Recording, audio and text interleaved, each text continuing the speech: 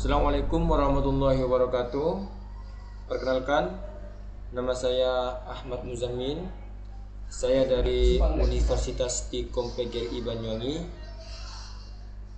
Di sini saya akan menerangkan atau mempresentasikan tentang perkembangan teknologi dan informasi.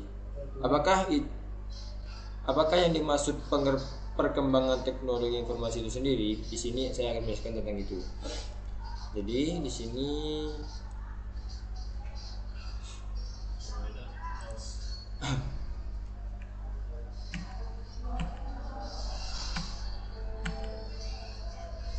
sini saya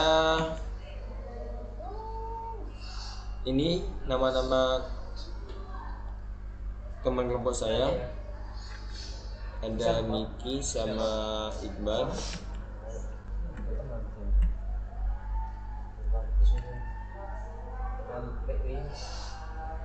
Di sini perkembangan teknologi dan informasi itu sendiri dibagi menjadi 4 poin. Poin yang pertama itu definisi dan pengertian informasi. Poin yang kedua, perkembangan teknologi dan informasi itu sendiri. Poin yang keempat, pemanfaatan teknologi dan informasi. Poin yang terakhir yaitu dampak teknologi dalam bidang pendidikan.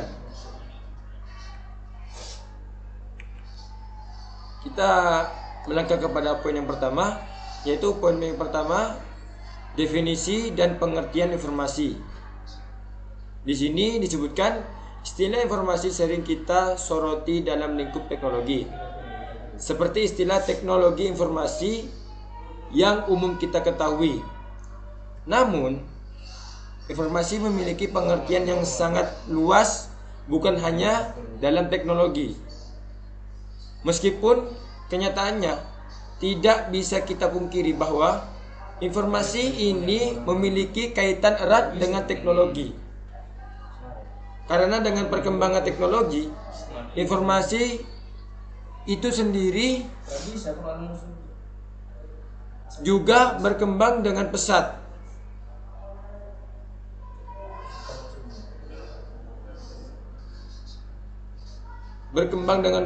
Karena perkembangan teknologi dan informasi ini membutuhkan sebuah era, yaitu era informasi. Itu tadi pengertian dan definisi tentang informasi. Lanjut kepada poin yang kedua, yaitu tentang perkembangan teknologi dan informasi. Perkembangan teknologi informasi itu sendiri ada 2 poin. Poin yang pertama yakni pada masa prasejarah.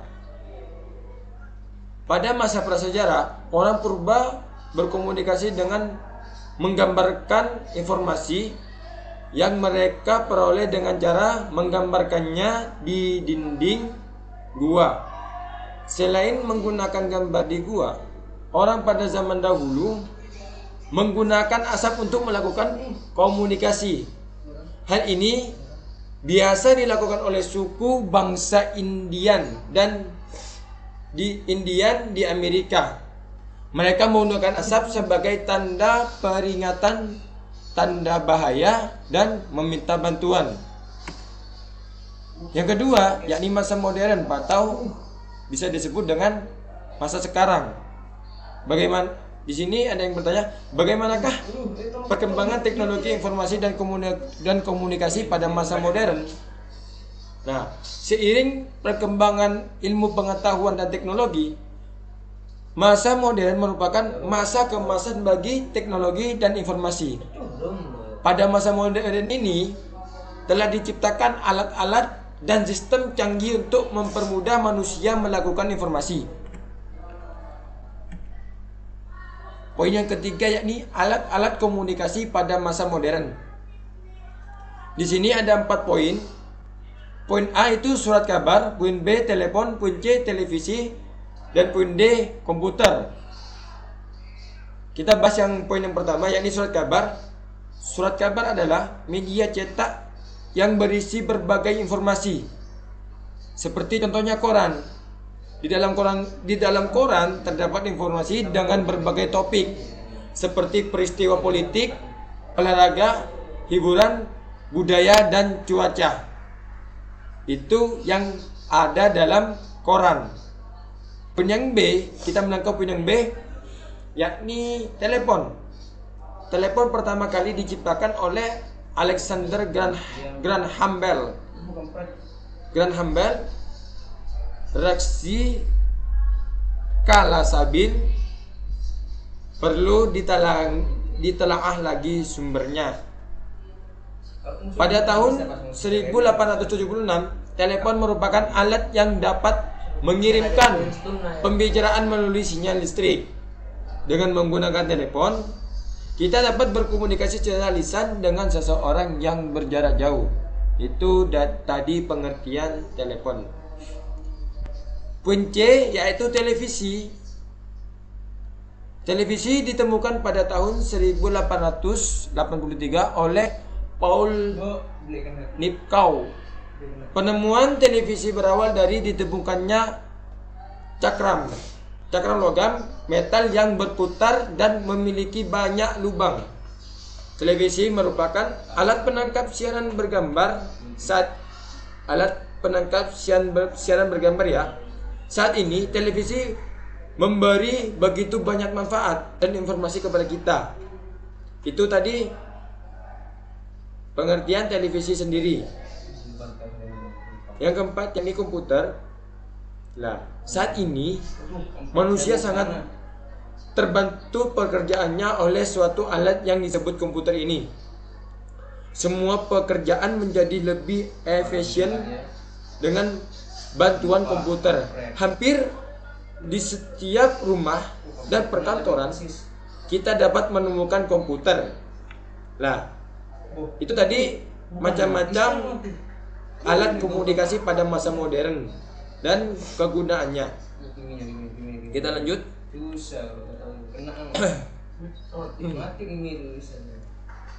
Poin yang selanjutnya yakni manfaat teknologi dan informasi.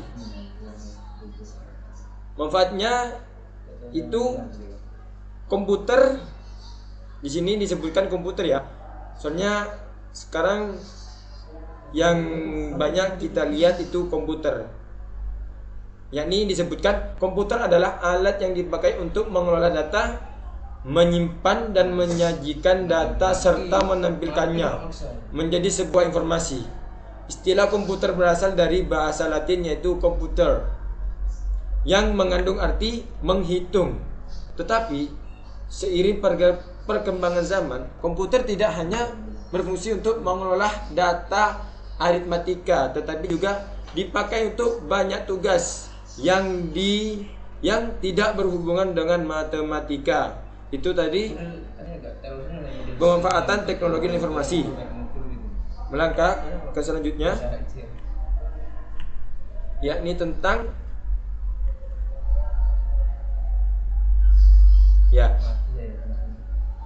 penerapan aplikasi komputer di berbagai bidang. Ada 3 poin. Poin yang pertama itu 1, dalam bidang industri, yaitu sangat di bidang industri sendiri, penggunaan komputer dalam bidang industri sekarang ini lebih meluas digunakan karena memungkinkan proses produksi di dalam industri lebih efisien dan lebih efektif. Di bidang industri dan manufaktur, komputer dipergunakan untuk mengontrol mesin-mesin produktif dengan ketepatan tinggi. Itu tadi penerapan aplikasi komputer berbagai bidang di bidang industri. Yang kedua, dalam bidang kedokteran atau kesehatan, di bidang kesehatan. Penggunaan komputer di bidang kedokteran salah satunya adalah untuk mendiagnosa penyakit yang tidak melihat dan menemukan obat yang tepat. Komputer memudahkan seorang dokter dalam menganalisa organ-organ tubuh manusia tanpa operasi. Jadinya memudahkan. Jadinya komputer ini memudahkan dokter untuk menganalisa organ-organ tubuh yang ada di bagian dalam. Itu tadi. Poin yang ketiga, dalam bidang militer. Di sini dalam bidang militer komputer sangat berperan penting ya. Soalnya di bidang di militer digunakan untuk mengendalikan senjata atau peluru kendali, untuk navigasi kapal laut dan kapal selam, untuk melakukan simulasi peperangan dan melakukan pengiriman sandi-sandi rahasia. Itu tadi tentang penerapan aplikasi komputer di berbagai bidang. Itu ada tiga bidang, yaitu ada bidang industri dan bidang kedokteran dan bidang militer.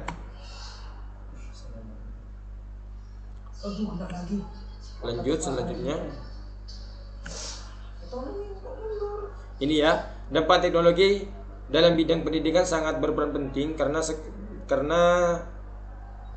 sangat berperan penting bagi pendidikan informasi ini, apalagi sekarang pada masa pandemi ini teknologi sangat dibutuhkan oleh siswa atau pendidik, karena kalau tidak ada media informasi dan komunikasi, kita sulit untuk